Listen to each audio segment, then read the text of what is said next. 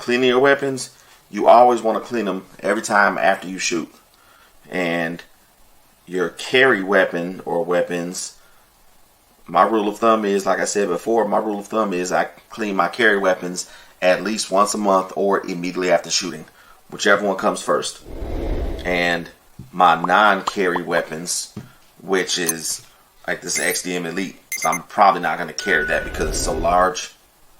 But non-carry weapons, clean them at least every 2 months or immediately after shooting, whichever one comes first.